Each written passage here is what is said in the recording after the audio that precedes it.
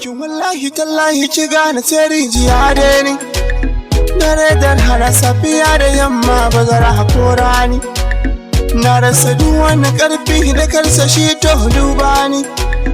Masoyiya ta sahiba ta hankar ki share ni. Dukkan akalata ta canza an gaza gano ni.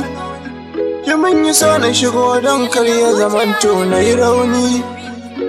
Iyalan Malam Aminu Yahaya da na Alhaji Ibrahim Tukur Fashi suna farin cikin gayyatar yan uwa da abokan arziki zuwa gurin ɗaurin auren 'ya'yansu Nura Y Aminu da amaryarsa Rahama Ibrahim Fashi, wanda za a yi 15 ga watan 8 shekarar 2020 da karfe 11 na safe.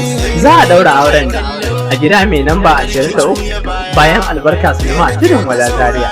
Sanarwa daga mai kuɗi mai kuɗi. Juya baya, ke nake ta sauraro.